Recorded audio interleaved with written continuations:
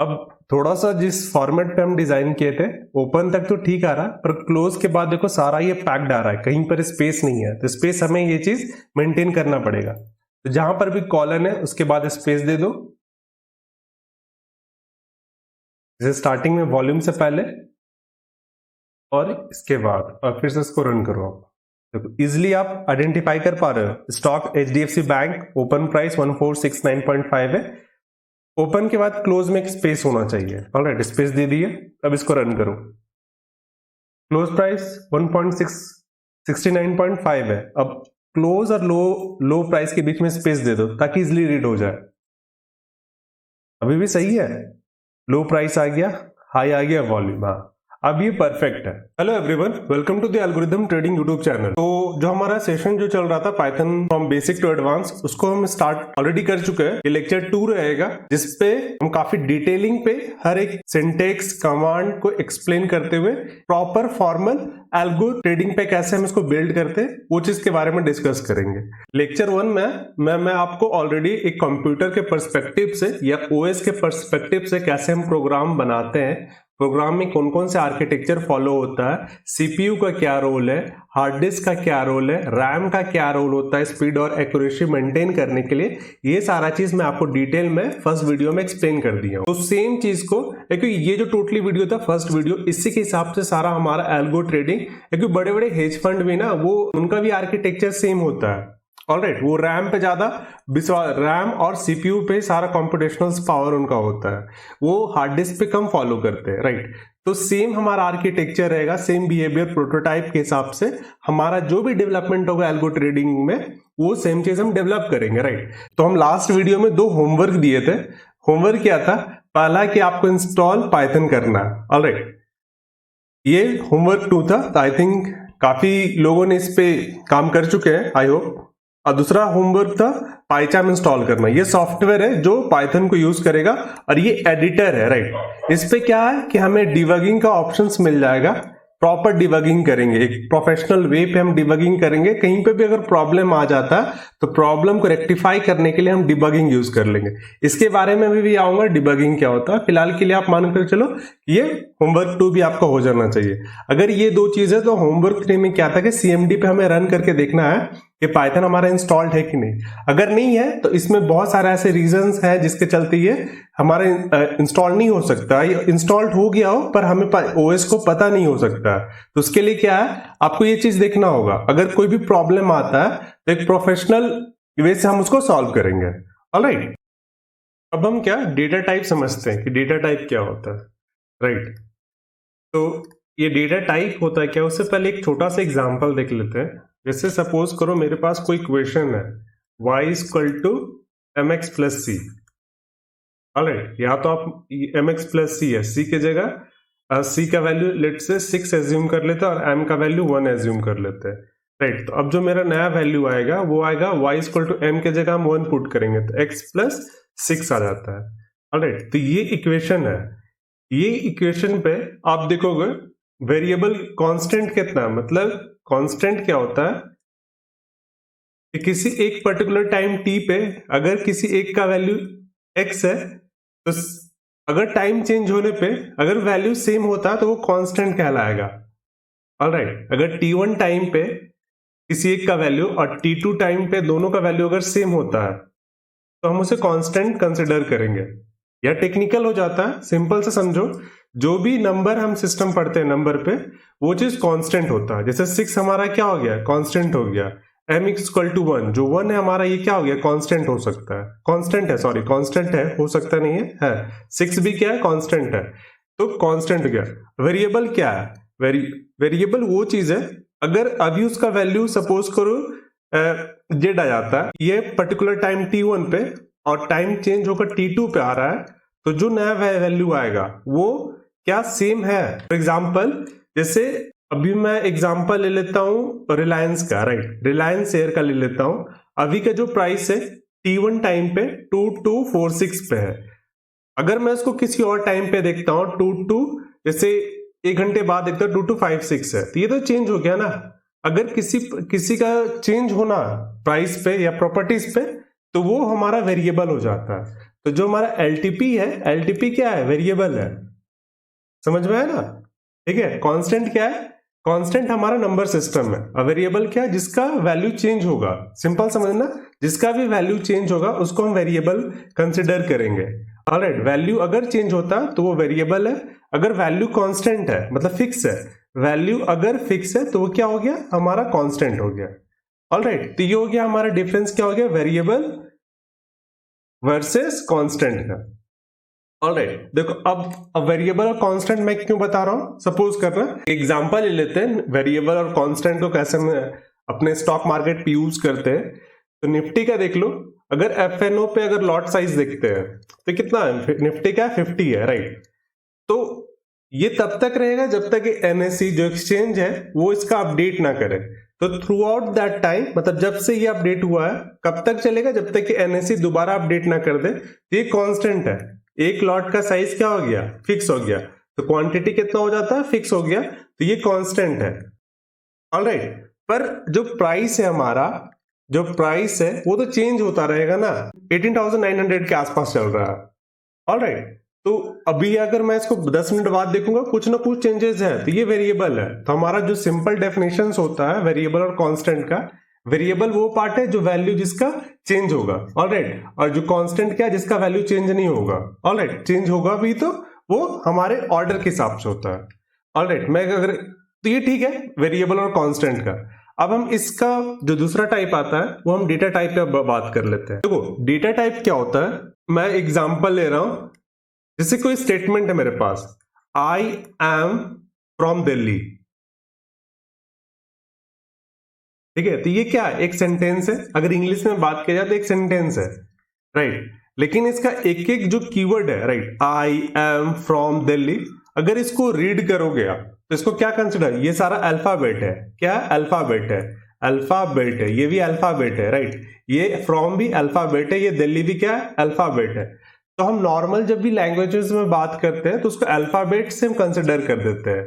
Alright, suppose करो मैं बोल रहा हूं कि अभी जो मेरा एज है, लेट से मेरा एज है 21, राइट, अभी जो मेरा एज है 21 है, तो ये 21 है, ये एज क्या हो गया, ये अल्फाबेट है, राइट, और 21 क्या नंबर है।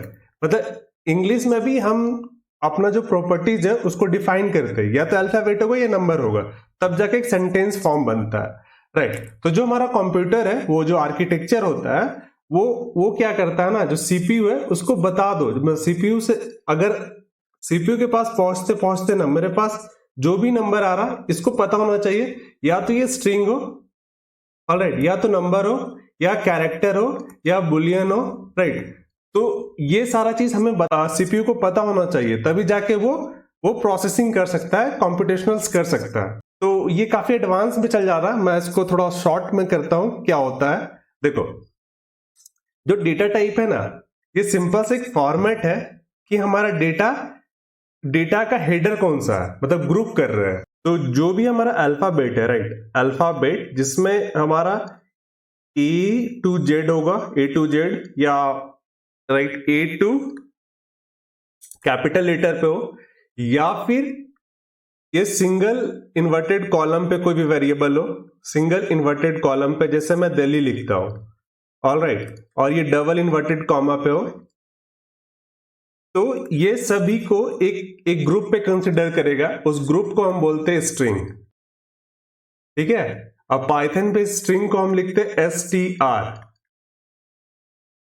एसटीआर मतलब होता है स्ट्रिंग, तो हम स्ट्रिंग क्लास पे कंसिडर करेंगे, ऑलराइट। तो सिंपल सा रूल याद रखना, कोई पर्टिकुलर स्ट्रिंग है, अगर वो सिंगल इन्वर्टेड या तो डबल इन्वर्टेड से रहेगा तो हम उसको स्ट्रिंग क्लास का स्ट्रिंग टाइप कंसिडर करेंगे, ऑलराइट। मैं जैसे थ्योरेटिकल तो बहुत हो गया, मैं अब इसको रन करके दिखाऊंगा कैसे होता है, पर फिर भी मैं थोड़ा सा एक रफली एग्जांपल देता हूं, जैसे टाटा स्टील का लेते हैं, ऑलराइट, टाटा स्टील,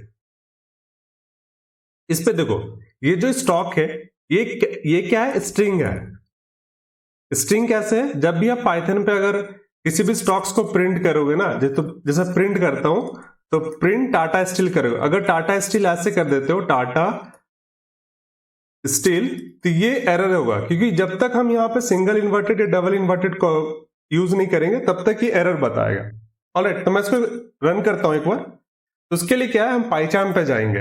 देखो प्रीवियस वीडियो पे हम ऑलरेडी काफी मतलब बेसिक बता चुके हैं इसका लुक एंड फील कैसा होता है। हम क्या करते हैं, एक फ्रेश से एक नया प्रोजेक्ट बनाते हैं, और ये जो प्रोजेक्ट का फोल्डर है या तो मैं अपना डिस्कॉर्ड कम्युनिटी पे शेयर कर दूंगा, या मेरा वन ड्राइव का जो लोकेशन है जो आप इजिली मेरे यूट्यूब पेज पे आपको मिल जाएगा। तो हमें क्या करना, फाइल पे जाकर के न्यू प्रोजेक्ट पे टाइप करना। तो न्यू, लेट से हम प्रोजेक्ट का नाम डाल देते हैं learning project, like Python basics, right. से पाइथन कोर्स एक हमारा एक फोल्डर हो गया। ऑलराइट, अब हम इसको सेव कर दे रहे हैं। ये जैसा इन्वायरमेंट अगर CMD के थ्रू आप इंस्टॉल कर दियो, इंटरप्रेटर अगर ये नहीं आता तो ये एरर आप मुझे स्निपिंग टूल पे डिस्कॉर्ड कम्युनिटी पे शेयर करना। मैं इसके बारे में आपको बता दूंगा क्या इसका आंसर हो सकता है, कैसे हम इसको प्लग इन कर सकते हैं इन्वायरमेंट को। ऑलराइट, तो हम क्रिएट कर रहे हैं। अब क्रिएट कर रहे हैं तो क्या वो ये पूछ रहा है कि आप इसी पैनल पे करना चाहते हो, एक नया पैनल बनाना चाहते हो। तो मैं क्या कर रहा हूं, एक नया पैनल चाहिए मुझे, तो नया विंडो कर देता हूं, और जो पुराना वाला इसको मैं क्लोज कर दे रहा हूं। अब जो आप देखोगे, अगर 3.10 वर्जन से अगर ऊपर आप यूज कर रहे हो ना, तो जब भी आप नया प्रोजेक्ट बनाओगे तो आपके पास एक नया स्क्रिप्ट बन के खुल जाएगा, राइट। main.py, इसमें क्या बेसिक एक फंक्शन है और एक मेन मैथड है। ऑलराइट, तो मैं एक्सप्लेन करता हूं इसके बारे में क्या होता है। मेन मैथड है ना, जैसे जो मेन मैथड है हमारा, ये सपोज करो ये आपका घर है। ऑलराइट, ये आपका घर है और ये आपका गेट है। ऑलराइट, ये एंट्री गेट है। तो जब भी आप बाहर से आप अंदर जाओगे ना, तो आपको इस गेट के थ्रू ही आना।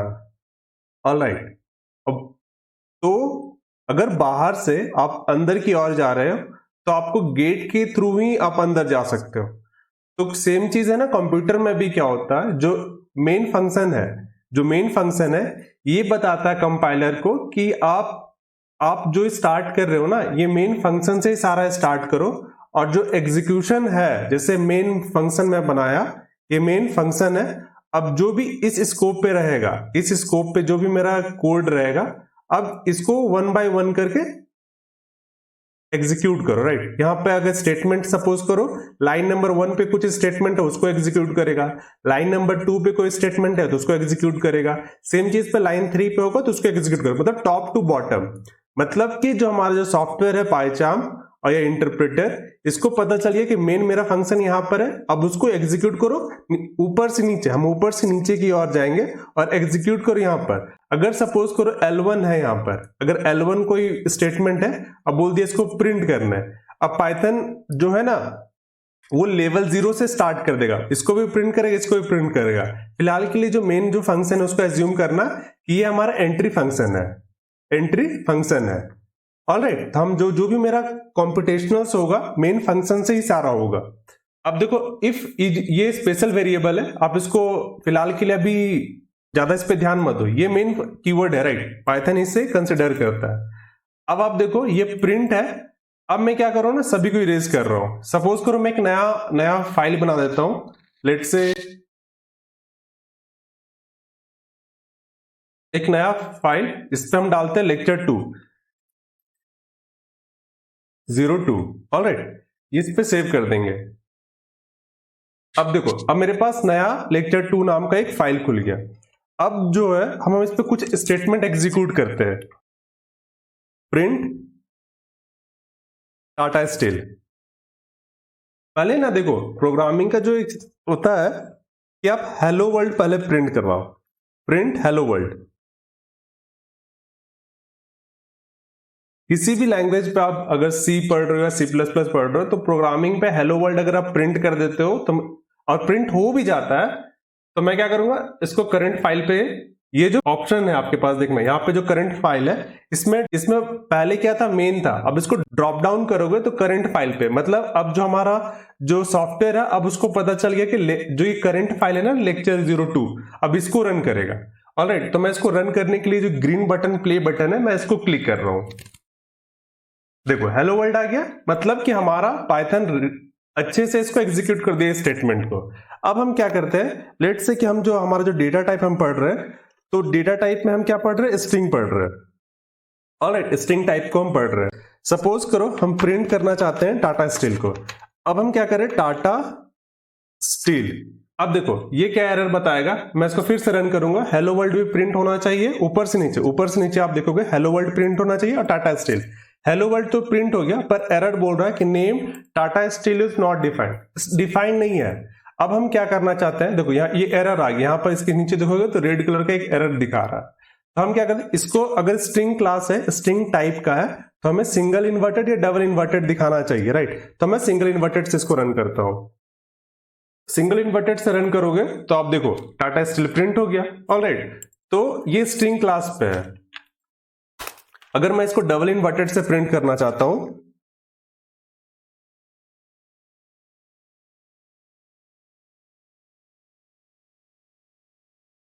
तो क्या हुआ, प्रिंट हो गया, राइट। तो स्ट्रिंग क्लास आप लोग आई थिंक फैमिलियर हो गए हो कि क्या होता है। स्ट्रिंग क्या होता है, कोई भी अल्फाबेट अगर सिंगल इन्वर्टेड और डबल इन्वर्टेड के अंदर होता है तो हम उसको स्ट्रिंग टाइप कंसिडर करेंगे। क्या करेंगे, स्ट्रिंग टाइप कंसिडर करेंगे। अब हम दूसरा चीज देखते हैं, दूसरा जो डेटा टाइप है, अब हम इंटीजर समझते हैं। डेटा टाइप जो है इंटीजर। ऑलराइट, देखो इंटीजर क्या होता है ना, पहले फ्री स्केच से हम समझा देते हैं कि इंटीजर क्या होता है। जैसे हम क्लास 3 में हमने जो पढ़ा था number system. Alright, number system क्या होता है, जैसे नेचुरल नंबर हो गया हमारा, होल नंबर हो गया, राइट, रैशनल नंबर हो गया, और आपका 11th में हम कॉम्प्लेक्स नंबर पढ़े थे। एडवांस है, मतलब इस पे अभी हम फोकस नहीं करेंगे, हमें बस ये 3-4 चीज पे फोकस करना है, ये भी काफी है, राइट। देखो नेचुरल नंबर क्या होता है, जो नेचुरल नंबर होता है वो स्टार्ट होता है 1 से प्लस इंफिनिटी तक जाता है। ऑलराइट, होल नंबर क्या होता है, वो 0 से स्टार्ट होता है और प्लस इंफिनिटी तक जाता है। मतलब नेचुरल नंबर में अगर आप 0 ऐड कर दोगे ना, 0 वैल्यू को ऐड कर दोगे तो वो होल नंबर बन जाता है। रैशनल नंबर क्या होता है, कोई भी नंबर p बाई क्यू के फॉर्म पे और q नॉट इक्वल्स टू 0, तो हम इसको कंसिडर करते हैं। तो इंटीजर क्या है ना, इंटीजर ये हमारा नंबर लाइन है, ये 0 है। इधर राइट हैंड साइड जाओगे तो 1 2 3 4, और इधर लेफ्ट हैंड साइड जाओगे तो माइनस में आ जाएगा, -1 -2 -3। तो इंटीजर क्या होता है ना, ये है, पर इस पे क्या है कि डेसिमल सिर्फ 0 होना चाहिए। इंटीजर मतलब कि पूरा मुझे वैल्यू चाहिए, और जो फ्रैक्शन पार्ट है ना, फ्रैक्शन एकदम 0 होना चाहिए। फ्रैक्शन मतलब 0.00 होना चाहिए लास्ट पे। जैसे सपोज करो इंटीजर क्या हो गया, जैसे 2 हमारा क्या इंटीजर है, 3 क्या हो गया इंटीजर है, 4 क्या हो गया इंटीजर है, 4.1 क्या इंटीजर है, नहीं है, 3.1 क्या इंटीजर है, नहीं है, क्योंकि डेसिमल हमें 0 चाहिए था। तो 5.00 क्या इंटीजर है, नहीं है, इंटीजर नहीं है। हमें 5 होगा तभी हम इंटीजर कंसिडर करेंगे। जहां पर भी 0.00 दिख गया या पॉइंट के बाद कुछ वैल्यू दिख रहा है तो ये आपका इंटीजर नहीं है। ऑलराइट, फिर एग्जांपल लेते हैं, -3 क्या इंटीजर है, हाँ है, -3.1 इंटीजर है, नहीं है, -6.1 इंटीजर है, नहीं है। ऑलराइट, माइनस अगर 1 लाख हम डालते हैं तो क्या इंटीजर है, यहाँ इंटीजर है, क्योंकि डेसिमल पे इसका कोई वैल्यू ही नहीं है। ऑलराइट, तो इंटीजर का मतलब होता है ना कि मुझे पूरा वैल्यू चाहिए, मुझे डेसिमल से मतलब देखना ही नहीं है, मुझे डेसिमल में पॉइंट दिखना ही नहीं चाहिए, मुझे सिंपल सा समझना, पॉइंट दिखना ही नहीं चाहिए। तो स्टॉक मार्केट में इंटीजर का क्या रोल है, मैं उस पर आऊंगा। देखो अब हम प्रिंट करना चाहते हैं इंटीजर, तो इंटीजर है। अब इंटीजर को ना आप सोचोगे कि हम सिंगल इन्वर्टेड और डबल इन्वर्टेड में प्रिंट करवाओगे, तो वैसा नहीं चलेगा। इसको ना आप फ्रेश प्रिंट करवाओ। जैसे देखो ये 1 आ गया ना, तो सिंपल है, इंटीजर को प्रिंट करने के लिए बस जो वैल्यू है ना आप उसको दे दो, आप प्रिंट और ब्रैकेट के अंदर इंटीजर वैल्यू आप डाल दो, तो ये इंटीजर कंसिडर हो जाता है। ऑलराइट, तो ये इंटीजर हो गया। और तीसरा टाइप आता है फ्लॉट। इसमें क्या है ना, इसमें हम फ्रैक्शन को इंक्लूड करेंगे। इंटीजर में क्या था, फ्रैक्शन इंक्लूड नहीं होता है। फ्रैक्शन इन द सेंस कि जो डेसिमल के बाद जो भी वैल्यू है, राइट, डेसिमल तो मुझे इंटीजर में चाहिए ही नहीं। पहला डेसिमल दिख गया तो समझ जाना इंटीजर नहीं है। फ्लोट पे मुझे डेसिमल चाहिए, ठीक है, उसके बाद 0 भी रहेगा चलेगा, 0.01 भी चलेगा।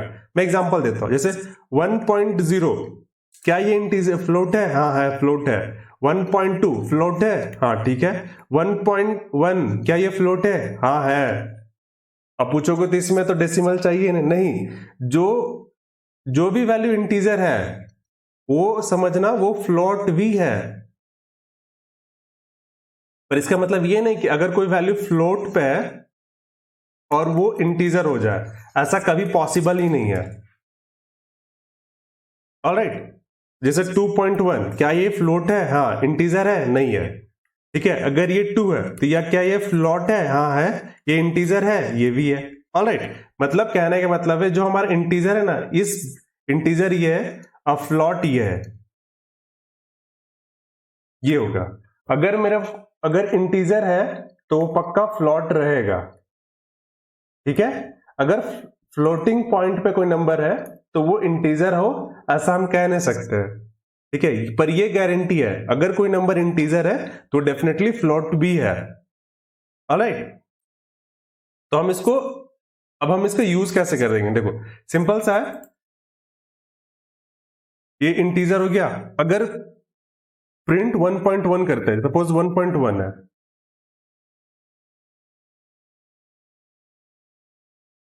तो देखो ये प्रिंट हो रहा।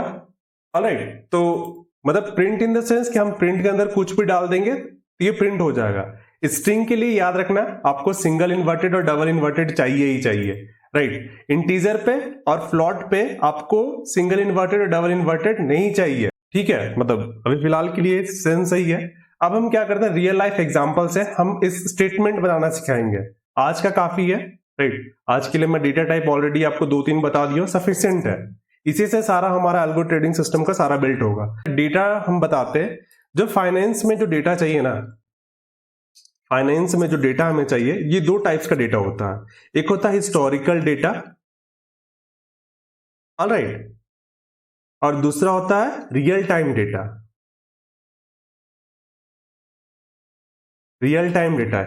हिस्टोरिकल डेटा मतलब ये पुराना डेटा, ओल्ड डेटा मतलब, और रियल टाइम डेटा होता है मतलब करंट, रियल टाइम पे। क्या? जैसे स्टॉक का एलटीपी, ठीक है, तो हमारा रियल टाइम डेटा आ गया। हिस्टोरिकल डेटा मतलब पुराना डेटा हम देख रहे हैं ना, तो वो हिस्टोरिकल डेटा आता है। जैसे हमारा OHLCVOI, ऑलराइट, तो ये क्या हिस्टोरिकल डेटा हो जाता है। देखो हिस्टोरिकल डेटा ना, या तो हम एक्वायर कहां से कर सकते हैं, या तो हम ब्रोकर से रिक्वेस्ट करें, या तो ब्रोकर देगा मुझे, या तो एक्सचेंज ना, एक्सचेंज के पास भी एंड ऑफ द डे मतलब end of the trading day के हिसाब से ये कैलकुलेट करके अपने वेबसाइट पे स्टोर करता है, तो जिसको हम लोग बोलते हैं भाव कॉपी। हिस्टोरिकल डेटा 2 टाइप से हम एक्वायर कर सकते हैं। अगर करंट मार्केट का इन्वायरमेंट के हिसाब से देखोगे, या तो ब्रोकर से ले ले, ब्रोकर इजिली एपीआई के थ्रू प्रोवाइड कर देता है, या तो फिर जो end of the day, like जैसे आज ट्रेडिंग है, ट्रेडिंग डे, और जैसे 3:30 के बाद, तो ब्रोकर जो एक्सचेंज है अपने साइड से एक सेटलमेंट और क्लोजिंग प्राइस हर स्टॉक्स का मेंटेन करता है। ऑलराइट, तो वो फाइल से हम स्टॉक्स का डेटा हम मेंटेन कर सकते हैं। तो हम क्या करेंगे अभी फिलहाल के लिए, जो हमारा जो टाइप है, जो डेटा टाइप पर है, उसको हम थोड़ा रियल लाइफ एग्जांपल से उसको हम थोड़ा होमवर्क करते हैं। हमें भाव कॉपी भी चाहिए, तो भाव कॉपी के लिए क्या चाहिए, हम एनएससी के साइट से हम भाव कॉपी डाउनलोड कर लेते हैं।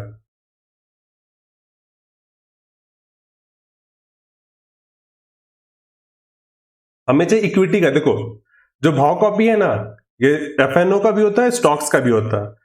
तो आई थिंक अभी का आया नहीं है। मैं क्या कर रहा हूं, जो 27 अक्टूबर है ना उसका यूज कर लेता हूं। 27 अक्टूबर, और आज वाला 30 का तो अभी तक आया नहीं है।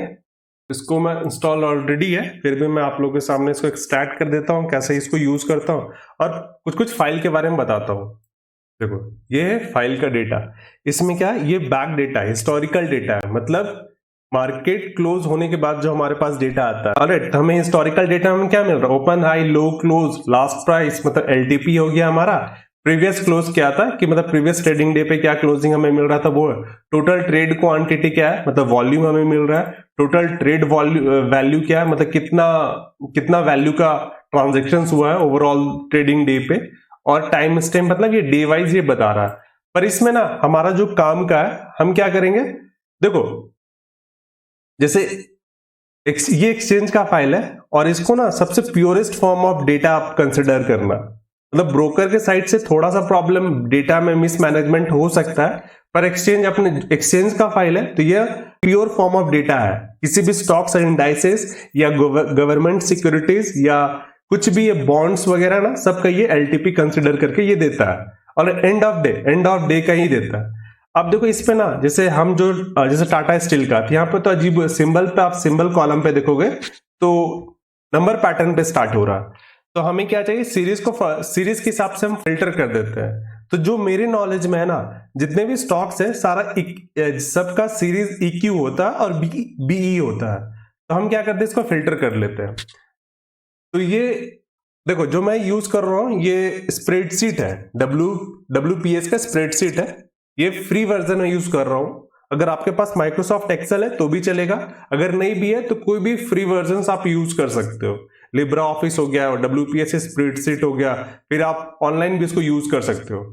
तो मैं क्या करूं, इसको फिल्टर कर लेता हूं। तो फिल्टर के लिए हम क्या जाएंगे, डेटा पे, सॉरी होम पे जाकर के यहां पर मुझे ऑटो फिल्टर चाहिए। ऑटो फिल्टर पे अब ये सीरीज पे देखना, एक छोटा सा एरो बन गया है। ऑलराइट, सीरीज पे जाके मैं EQ पे क्लिक कर दूंगा, फिल्टर दिस आइटम ओनली। तो ये सारा फिल्टर होके सिर्फ इक्विटी का दिखा रहा है। ऑलराइट, इसमें देखो हमारे पास ये टोटल जो स्टॉक्स है इस पे दिखा रहा है 1752 स्टॉक्स दिखा रहे हैं। ऑलराइट, तो मैं इसमें भी फिल्टर कर देता हूं। मैं ना टोटल वॉल्यूम वाइज इसको फिल्टर कर देता ताकि इजिली रिकॉल हो पाए।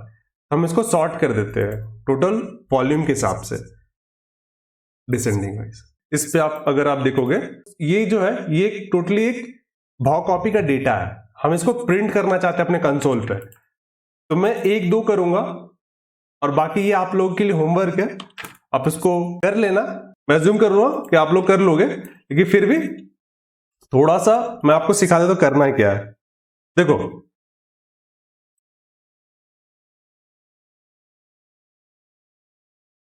जैसे HDFC है, अभी हम थोड़ी देर पहले पढ़े थे वेरिएबल और कांस्टेंट के बारे में। ऑलराइट, तो हम क्या करेंगे ना, हम सबको वेरिएबल के हिसाब से बनाएंगे। अब हम बार बार प्रिंट तो नहीं करूंगा ना, मतलब प्रिंट करूंगा तो प्रिंट के अंदर ये चीज बार बार कितना लिखोगे आप। हम इस अच्छा है कि एक बार स्टोर कर लेते हैं। जैसे अब हम स्टॉक्स 1 ले रहे हैं, स्टॉक्स 1 एक वेरिएबल हो गया और इसमें जो स्टोर कर रहे हैं ना, या तो सिंगल इन्वर्टेड से HDFC बैंक को मैं स्टोर कर रहा हूं। ऑलराइट, अब देखो स्टॉक्स 1 पे आ गया, HDFC बैंक है, तो अब मैं प्रिंट करना चाहता हूं। अब HDFC बैंक की जगह ना मैं प्रिंट पे स्टॉक 1 पास करूंगा।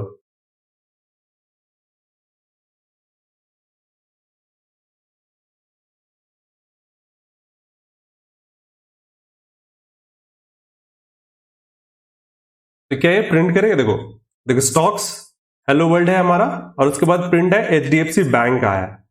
ऑलराइट, तो HDFC देखो प्रिंट में हम क्या किए, HDFC बैंक है ना, ये इसके पास जाके स्टोर हो गया।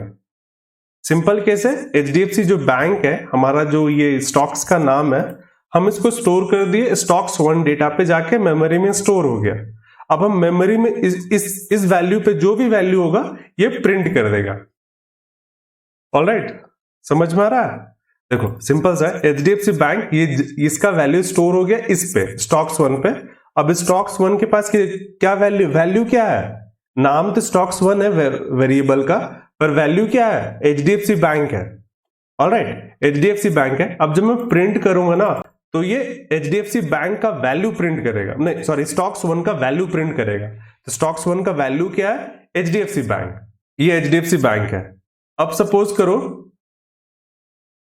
अब मैं इसका सीरीज करता हूं, स्टॉक 1 ये सीरीज पे EQ डाल देता हूं। राइट, EQ हो गया। स्टॉक्स 1 का इसका ओपन प्राइस मुझे चाहिए, ओपन, ये ओपन पे देखो अब ये जो प्राइस है, या तो आप इसको अभी फिलहाल के लिए स्ट्रिंग कंसिडर करोगे, तो स्ट्रिंग कंसिडर करने के लिए या तो आप ये यूज करोगे या ये यूज करोगे, या तो फिर इसको आप फ्लोट जो बताए थे तो वो यूज कर लो।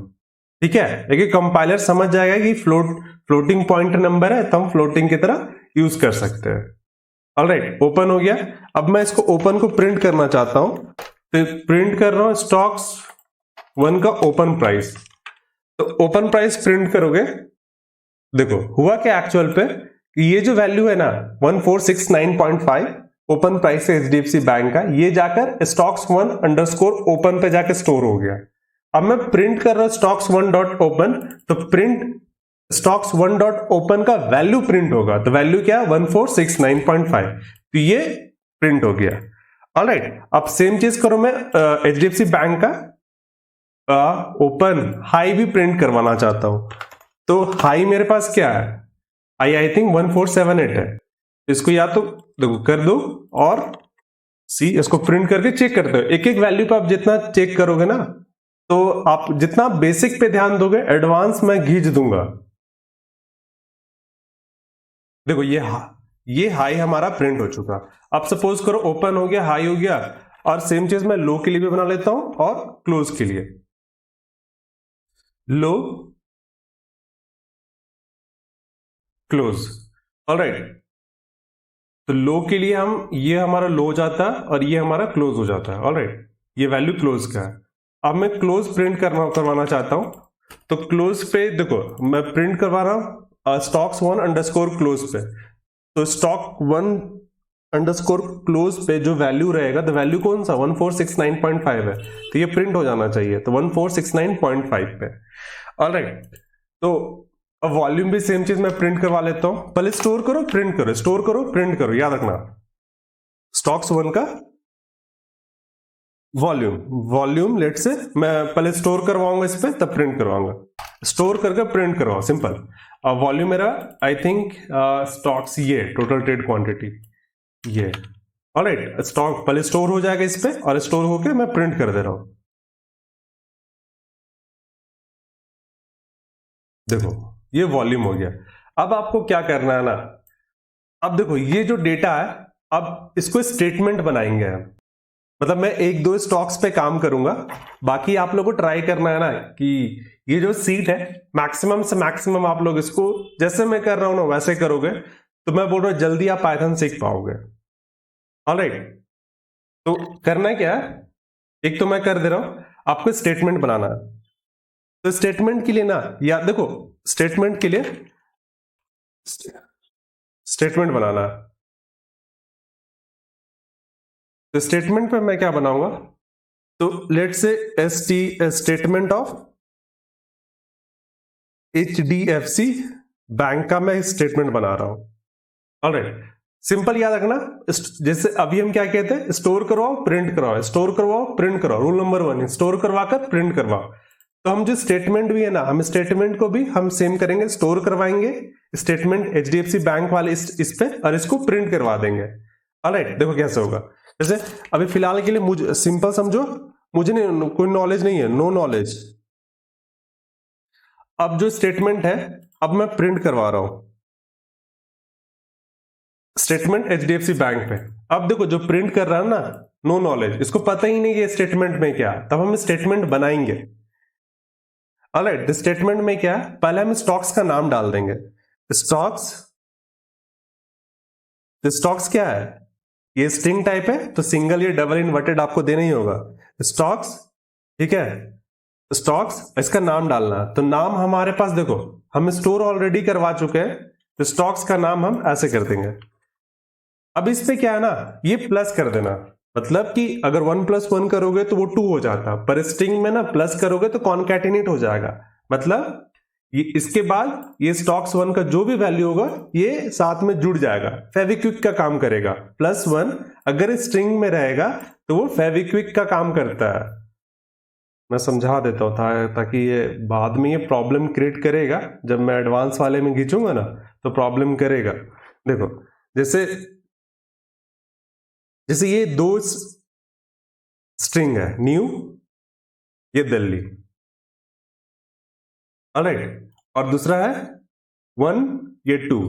अब क्या कर रहा हूं ना, 1 + 2 करो, ये नंबर है, देखो दोनों पे सिंगल और डबल इन्वर्टेड नहीं है 1 और 2 के ऊपर, तो ये इंटीजर या फ्लॉट में होगा। दोनों का ऐड करो, क्या आएगा 3 आया। पर स्ट्रिंग वाले में क्या होगा ना, जब भी दोनों के बीच पे हम ऐड करते हैं तो जो पहला नंबर है ना उसके पीछे उसके जब भी खत्म होगा उसके पीछे दूसरा नंबर ये जुड़ जाएगा, तो जो नया टर्म बनेगा न्यू दिल्ली। गैप नहीं होगा क्योंकि जब तक हम गैप देंगे नहीं तब तक ये होगा नहीं। ऑलराइट, जैसे देख लो राम, पहला गैप नहीं है इस पे, और दूसरा है सीता। ऑलराइट, अब मैं दोनों को जोड़ रहा हूं, तो दोनों को जोड़ने के बाद जो बनेगा RAMSIT है। ऑलराइट, ये भी स्ट्रिंग रहेगा। अब इसमें गैप एक भी नहीं, जब तक मैं इसमें गैप नहीं दूंगा तब तक गैप नहीं होगा। ऑलराइट, समझ में आ रहा? एक दूसरे देख लेते हैं एग्जांपल। जैसे इसी के एग्जांपल पे मैं बोल रहा हूं कि राम के बाद ना एक गैप, एक स्पेस है और सीता है। अब जो ये कॉन्कैटिनेट कर रहे हैं, प्लस कर रहे हैं, तो अब जो नया आउटपुट आएगा राम स्पेस सीता, इस वाले में स्पेस है, देख रहे हो ना। अगर ये सेम चीज सपोज करो, तीसरा एग्जांपल ये हो सकता है, ये राम है, राम के बाद स्पेस नहीं है, प्लस कर रहा हूं, सीता से पहले एक स्पेस है, जैसे सपोज करो यहां पर स्पेस है। ऑलराइट, तो अब जो नया कीवर्ड बनेगा राम, ये स्पेस यहां पर आएगा, सीता। अब जो ये हमारा ये नया वाला स्ट्रिंग बन गया। ठीक है, मतलब कि हम प्लस अगर इंटीजर और फ्लोट में करेंगे तो वो ऐड कर देगा, अगर कैरेक्टर में करते हैं, स्ट्रिंग पे करते हैं, तो वो क्या कर देगा, कॉन्कैटिनेट कर देगा। ये सब याद रख लेना, मतलब प्लस अगर इंटीजर या फ्लोट पे करते हैं तो वो ऐड करेगा, अगर हम स्ट्रिंग क्लास पे करते हैं, स्ट्रिंग टाइप पे, तो वो कॉन्कैटिनेट करेगा, मतलब जोड़ देगा, फेविक्विक की तरह ये जोड़ेगा। ठीक है, तो इसी को HDFC बैंक है। तो अब देखो, अब जो प्रिंट करोगे ना स्टॉक्स, अब देखो यहां पर स्पेस है, तो पहला तो ये प्रिंट होगा, उसके बाद जो स्टॉक्स का वैल्यू है ये प्रिंट हो जाना चाहिए। अब देखो, अब मैं इसको रन कर रहा हूं, तो स्टॉक्स स्पेस HDFC बैंक, अगर मुझे इसके बाद अगर स्पेस देना है, मतलब ये कॉलन जो होता है, इस कॉलन के बाद अगर थोड़ा सा स्पेस होना चाहिए, तो स्पेस अब दे दो। अब इसको रन करो दोबारा, देखो रन हो रहा, स्टॉक्स एक स्पेस हो गया, फिर प्रिंट कर रहा है।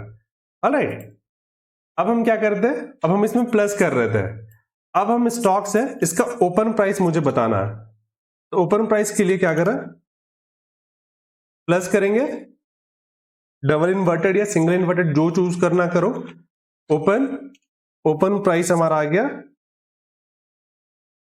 ऑलराइट, ओपन प्राइस हमारा क्या आ जाएगा, अगर मैं वैल्यू नहीं देता हूं, प्रिंट करो इसको।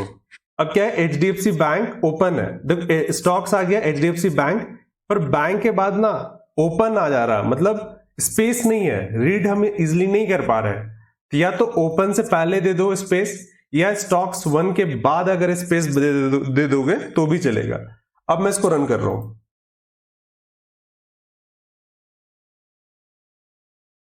HDFC बैंक ओपन प्राइस आ गया।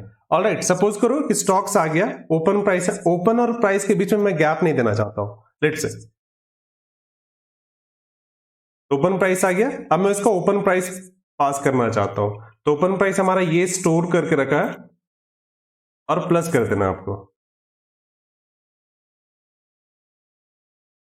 ये क्या बोला, ये बोला कि आप कुछ गलती कर दी हो, can only concatenate string not float, मतलब जो कॉन्केटिनेट है होता है प्लस वाला, वो सिर्फ स्ट्रिंग को ही कर सकता है, सिर्फ स्ट्रिंग को कर सकता है। अगर बीच में आप इंटीजर को दोगे, बीच में अगर आप राम और 1 कर दोगे और प्लस करोगे, तो यहां पर जो सॉफ्टवेयर है वो कंफ्यूज हो गया कि अब करना क्या है।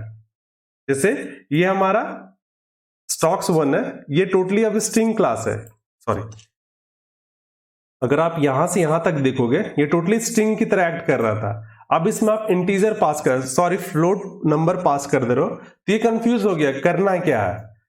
या तो देखो, इसको हम इंटीजर कन्वर्ट नहीं कर सकते, पर स्ट्रिंग को कन्वर्ट कर सकते हैं, मतलब सॉरी मैं जो बोल रहा हूं, देखो अभी हम थोड़ी देर पहले एक डायग्राम बनाए थे, वेन डायग्राम, इंटीजर, ठीक है, ये फ्लोट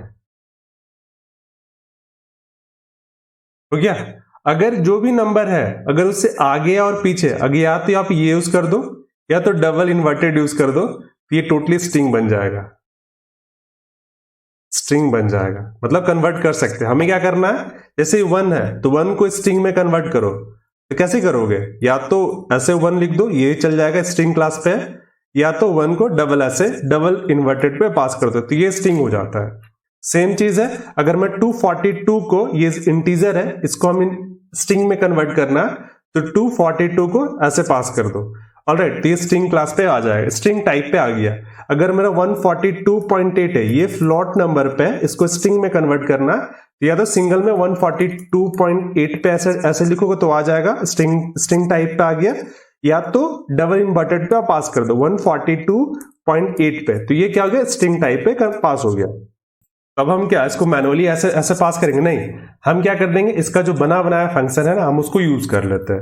अब हम क्या कर देंगे, स्ट्रिंग str, याद रखना str से, अब ये फंक्शन है, ये कैलकुलेटर है, मतलब स्ट्रिंग फंक्शन के अंदर कोई भी वैल्यू दोगे, ये स्ट्रिंग कन्वर्ट कर देगा। सिंपल सा एक मेथड है, स्ट्रिंग फंक्शन को str से स्ट्रिंग फंक्शन कॉल के हो गया, और इसके अंदर वैल्यू पास कर दिया कि ठीक है तुम इसको स्ट्रिंग में कन्वर्ट करके दो, मतलब मैनुअली मैं इसको डबल इन्वर्टेड और सिंगल इन्वर्टेड नहीं कर रहा हूं, हम जो भी वैल्यू हम इसको पास करेंगे कन्वर्ट कर देगा। अब इसको रन करो, देखो आ गया, सेम चीज है, ओपन हो गया। अब हम इसको क्लोज प्राइस पे देखते हैं, इसको फटाफट करते हैं अब, ठीक, क्लोज प्राइस,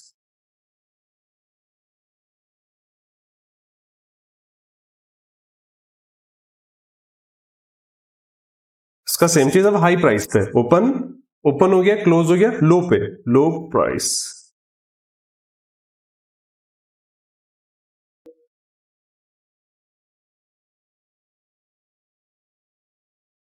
और सपोज करो मैं इसका ओपन हो गया, लो हो गया, आई थिंक यहां पर मैं कॉलम मिस कर गया था, ओपन हाई लो, एंड उसके बाद हाई प्रिंट करवाना चाहता हूं।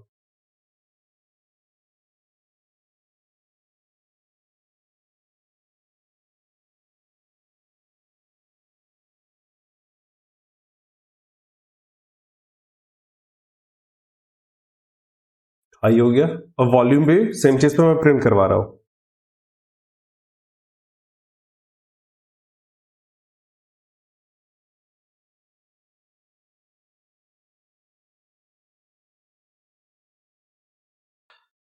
अब देखो ये एरर क्या बोल रहा है, स्टॉक्स 1, ये बोल रहा है कि इंटीजर है, मुझे इसको स्ट्रिंग क्लास में कन्वर्ट करना, तो सेम चीज है, स्ट्रिंग यूज कर दूंगा मैं, कन्वर्ट कर दिया इसको। अब इसको रन करो, अभी भी बोल रहा है कि आप शायद कुछ गलत कर रहे हो।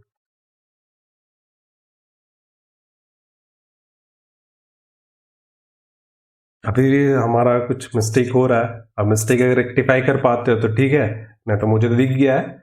हम क्या कर रहे हैं, यहाँ पे प्लस कर रहा हूं, अभी भी क्या सही है, नहीं सही है, क्यों, अब जो प्रॉब्लम आ रहा है, ये बोल रहा है कि इनवैलिड सिंटेक्स है, यहां पर स्टॉक्स लो के बगल में आप इनवैलिड दे रहे हो, इनवैलिड कैसा है,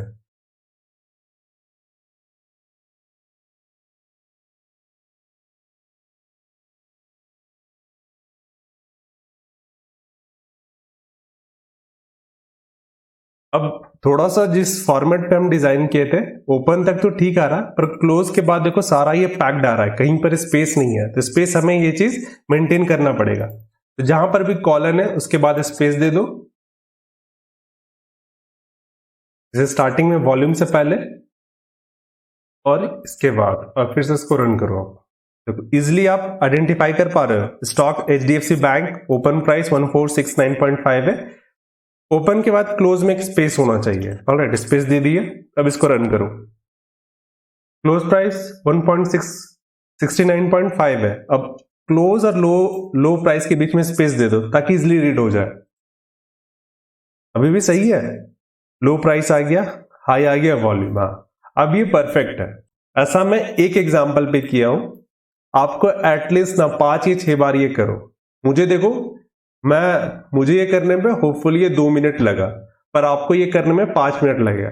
आइडिया क्या है इस काम को करने पे, ताकि आप इस जो इन्वायरमेंट है, नया सॉफ्टवेयर हो, आप यूज टू हो जाओ।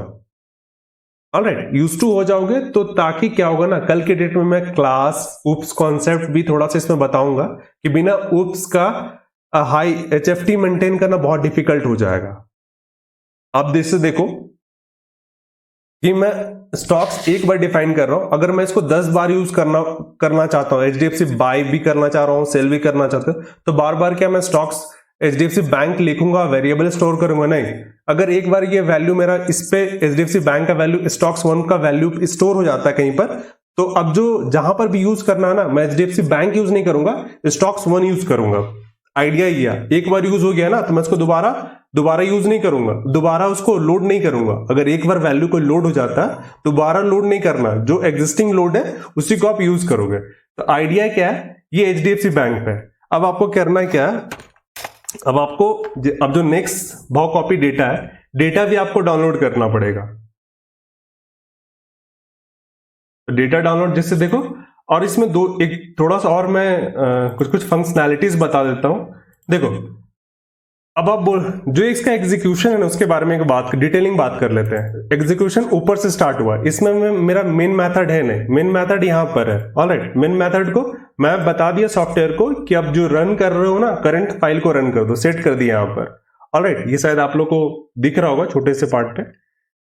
तो इस वाले पार्ट पे तो ऊपर से नीचे जो भी स्टेटमेंट आएगा सारा ये प्रिंट करना जाएगा। अभी मैं फंक्शंस के बारे में बात बता नहीं रहा, मेन मेथड भी फंक्शन है। अभी बेसिक्स आपको कमांड पे स्टोर करना, प्रिंट करवाना, स्टोर करना, प्रिंट करवाना, ये दो मैं आपसे चाहता हूं कि आप लोग ये पैरेलली ये करो।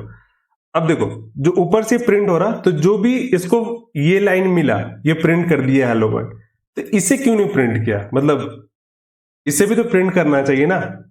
यहां पर आ गया। अब मैं बता दे रहा हूं इस सॉफ्टवेयर को कि जो भी लाइन, अब ये कमेंट हो गया। कमेंट का क्या होता है? कमेंट देखो, कमेंट होता है अगर जैसे मैं प्रिंट कर रहा हूं प्रिंट 1, ये 1 प्रिंट कर देगा। अगर मैं इसके आगे हैश प्रिंट करता हूं, ये प्रिंट नहीं करेगा। क्यों? क्योंकि अब जो सॉफ्टवेयर है उसको पता चल गया अब ये कमांड रहा नहीं, बस ये स्टेटमेंट है और ये कमेंट हो चुका है। मतलब ये मेरे काम का नहीं है, जो भी डेवलपर है उसके पढ़ने के लिए काम आएगा। तो सीपीयू क्या करता है, सीपीयू कमेंट को, जहां भी ये इस तरह का कमेंट मिलता है उसको वो रीड नहीं करेगा, रीड ही नहीं करेगा। आप इसमें ना अब बाई सिग्नल डाल दोगे और उससे पहले कमेंट कर दोगे तो सीपीयू उसको रीड ही नहीं करेगा। तो एल्गो ट्रेडिंग सिस्टम पे बाई सिग्नल कभी जनरेट ही नहीं होगा। समझ में आ रहा है ना? ये कमेंट है। तो कमेंट के लिए आपको करना है क्या है, आपका जो कीबोर्ड है ना, कीबोर्ड पे Ctrl+1 करो, या शॉर्टकट है, ठीक है, शॉर्टकट है, या तो हैश कर दो, किसी भी ये स्टार्टिंग पे ही कर दो। जैसे मैं देखो, ये स्टेटमेंट है, डाटा स्ट्रिंग है। अगर मैं इसको, अब ये क्या हो गया, अब सीपीयू को पता है कि अब इसको रीड करना है। अब मैं इसको रन करूंगा तो देखो यहां पे एरर बता देगा। ऑलराइट, तो मैं इसको कमेंट कर देता हूं, Ctrl+// कर रहा हूं तो ये कमेंट हो जाएगा। कमेंट हो गया। अब इसको रन करोगे तो यार सीपीयू को पता चल गया अब ये मेरा किसी काम का नहीं है, इसको पढ़ना नहीं है। समझ में आया? तो ये देखो, मैं एक स्टॉक्स का सारा स्टेटमेंट बनाया हूं। आप एटलीस्ट 10 का बना लेना जिसका वॉल्यूम सबसे ज्यादा है, और सारा डेटा कहां से लेना है, भाव कॉपी से लेना है। ऑलराइट, सारा कहां से, भाव कॉपी से। आई थिंक ये वीडियो काफी लंबा चला जा रहा है, लेकिन बेसिक पे मुझे थोड़ा टाइम देना होगा तभी जाके मैं आगे एक्सटेंड कर पाऊंगा। अगर बेसिक भी मैं थोड़ा फास्ट करने लगा तो आप लोग समझ में नहीं पाओगे। आप इसे देखो, मुझे एक स्टेटमेंट प्रिंट करने पे मल्टीपल एरर्स आ, सारा एरर मैं आपके सामने लाइव इसको सॉल्व कर रहा हूं।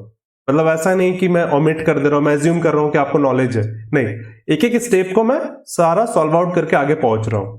अब देखो, ये जो प्रिंट के बारे में थोड़ा सा मैं और बता देता हूं, लेकिन छोटा छोटा चीज जितना क्लियर रहेगा सही है। प्रिंट क्या होता है, देखो पाइथन है ना, जो हम ग्रीन बटन है, ये इसको बोलते हैं रन बटन, रन कर देगा। मतलब मेरा स्क्रिप्ट में, ये स्क्रिप्ट है, स्क्रिप्ट एंड होगा py से। जैसे ये हमारा लेक्चर 01 जो स्क्रिप्ट है, इसके अंदर कुछ भी होता तो ये प्ले बटन रिस्पॉन्सिबल इसको रन करेगा, रिस्पॉन्सिबल रन करेगा। और जो आउटपुट जो नीचे आ रहा था उसको बोलते हैं आउटपुट स्क्रीन, या इसको टेक्निकली बोलोगे तो टर्मिनल बोलते हैं। अगर थोड़ा सा और अगर C++ से कोई और लैंग्वेज जानते हो तो जो कंसोल होता है ना, कंसोल होता है, एग्जीक्यूटेबल एक EXE होता है, 0101 के फॉर्म पे होता है। तो टर्मिनल भी सेम पैटर्न पे काम करता है, 01 के पैटर्न पे ही काम करता है, पर एक्चुअल में होता नहीं है ये। तो जो आउटपुट होगा हमारा टर्मिनल पे होता है। इस पे हम जैसे हम प्रिंट हेलो कर रहे हैं, प्रिंट हेलो, तो इसका आउटपुट कहां पे आएगा? आउटपुट आएगा टर्मिनल पे आएगा। जो ब्लैक कलर का टर्मिनल था, जो आउटपुट स्क्रीन है, इसको टर्मिनल कहते हैं। थोड़ा सा टेक्निकलिटीज, अगर डेफिनेशन आप ये मेमोराइज कर पाते तो सही है कि कल के डेट में इजी रहेगा।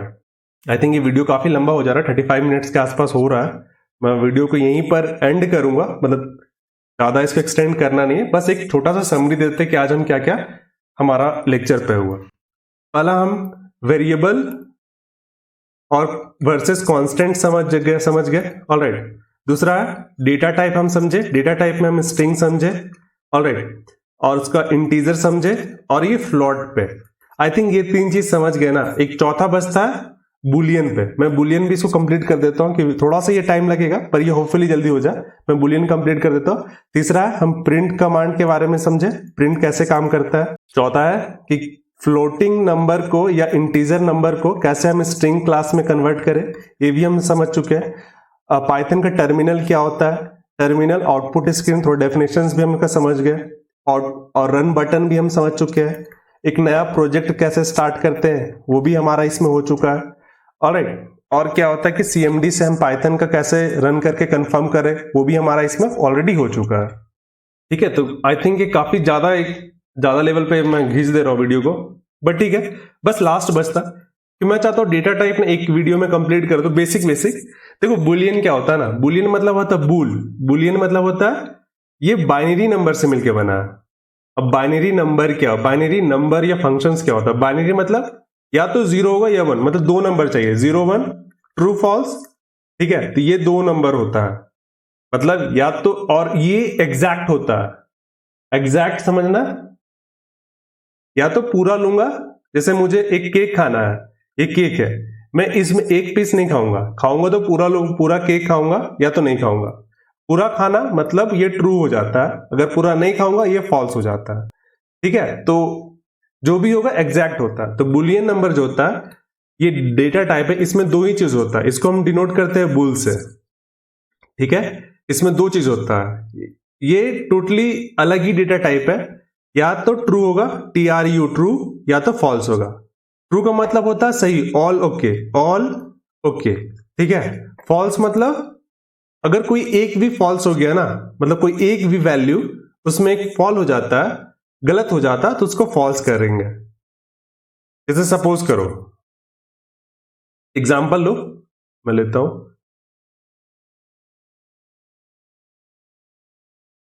जैसे आज है 30 अक्टूबर 2023।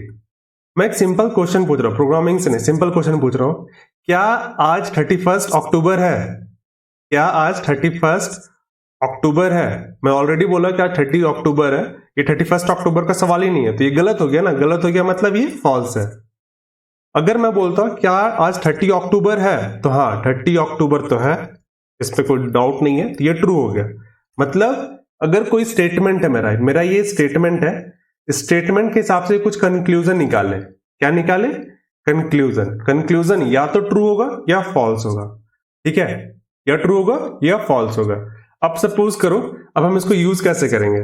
जैसे सपोज करो मैं एक बाई सिग्नल जनरेट करता हूं, निफ्टी का बाई कॉल कर रहा हूं, चाहता हूं इसमें एक इंडिकेटर यूज करो, simple moving averages, alright, if का, और 1 मिनट का टाइम फ्रेम है मेरा 1 मिनट पे, ऑलराइट, टाइम फ्रेम 1 मिनट पे, इसका लेट से वैल्यू आ रहा x आ रहा है, और LTP है जो करंट रियल टाइम डेटा है, LTP सपोज करो y है। मैं बाई करूंगा तब जब LTP जो है वो ग्रेटर हो, इक्वल हो सिंपल मूविंग एवरेजेस पे। ठीक है, ये मेरा कंडीशन है, तब मैं बाई सिग्नल जनरेट करूंगा, नहीं तो नहीं करूंगा, सिंपल है। अब देखो, अगर मेरा if LTP greater than equals to SMA है, तो ये अगर ये कंडीशन है तो मैं अब ये ट्रू हो चुका। अगर ये ट्रू हो गया तो मैं एक सिग्नल बाई जनरेट करूंगा। समझ में आया? तो बहुत ये आई थिंक इफ एल्स में पढ़ाया नहीं हूं अभी तक, तो और डिफिकल्ट हो जाएगा, लेकिन फिर भी देखो, जैसे मैं एक स्टेटमेंट लिख रहा हूं सिंपल, 5 इक्वल्स टू 10, मतलब क्या 5 10 के बराबर है? क्वेश्चन है, क्या 5 10 के बराबर है? नहीं ना, तो ये फॉल्स हो गया। सिंपल। 1 क्या 10 के बराबर है? नहीं, ये भी फॉल्स हो गया। क्या 2 इक्वल टू 2 है? ट्रू हो गया। ऑलराइट, जैसे 5 into 2 equals to 10 equal to 1, क्या ये सही है? दोनों LHS और RHS क्या इक्वल है? इक्वल है। 5 2 10, 10 1 10, तो दोनों इक्वल है, तो क्या हो गया? ट्रू हो गया। सेम चीज लिख रहा हूं मैं, अगर 10 रिमाइंडर 2 इक्वल टू 3 रिमाइंडर 0, क्या दोनों इक्वल है? 10 को 2 से डिवाइड करो, रिमाइंडर 0 बचेगा, 3 को डिवाइड करोगे 0 से, तो ये अनडिफाइंड हो जाएगा, नॉट डिफाइंड हो जाएगा। ऑलराइट, तो ये क्या हो गया? इक्वल नहीं है, मतलब मैं इसके बारे में कुछ कह नहीं सकता हूं, ठीक है। और तीसरा केस, मतलब अगर कोई स्टेटमेंट सही है, अगर मेरा स्टेटमेंट सही है, तो आई थिंक ये सफिशिएंट एग्जांपल है। बाकी मैं इसको एक्सप्लेन करता हूं।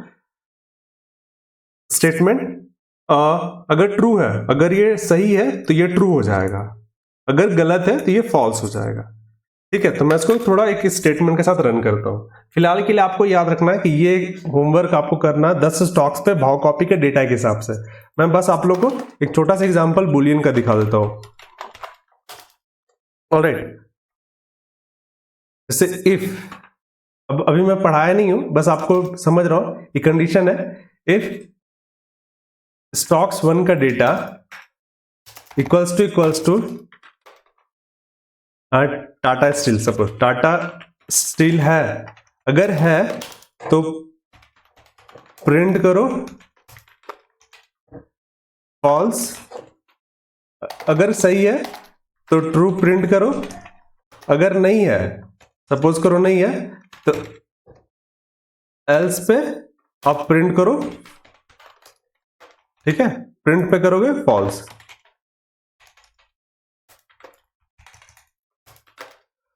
अगर स्टॉक्स 1 का जो भी वैल्यू है मेरा, मैं इसको रन कर रहा हूं, देखो ये क्या बोला, F, oh shit shit shit shit, यहाँ पे ना थोड़ा प्रॉब्लम क्या हो गया, यहाँ पे एफ ए फॉल्स,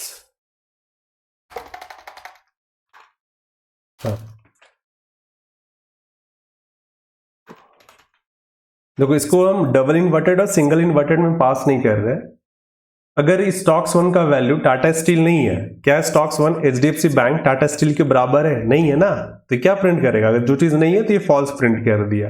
अगर मैं टाटा स्टील की जगह अगर HDFC बैंक स्टॉक्स 1 का जो वैल्यू HDFC स्टोर कर रहा है, अब उसकी जगह टाटा स्टील कर रहा हूं, अब मैं इसको दोबारा रन कर रहा हूं, तो अब क्या होना चाहिए? आउटपुट ट्रू होना चाहिए।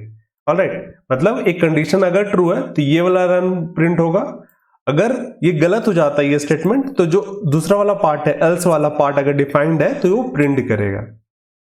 ऑलराइट, तो आई थिंक आज के लिए इतना ही काफी है, बस जो मैं बताया हूं आपको इस पे होमवर्क जरूर करना। होमवर्क करके आपको मेरा डिस्कॉर्ड जो कम्युनिटी है, क्योंकि ऑलरेडी इसमें लोग देखो काफी अपने अपने जो भी आउटपुट जो बना रहे हैं, इससे मुझे आइडिया हो जाएगा कि हाँ लोग मेरे साथ पैरेलली ये कर रहे हैं, और मुझे मोटिवेट भी होगा कि हाँ मैं इसको फटाफट एक सीरीज पे जल्द से जल्द इसको कंप्लीट करूं। ऑलराइट, तो ठीक है था। Alright, thank you.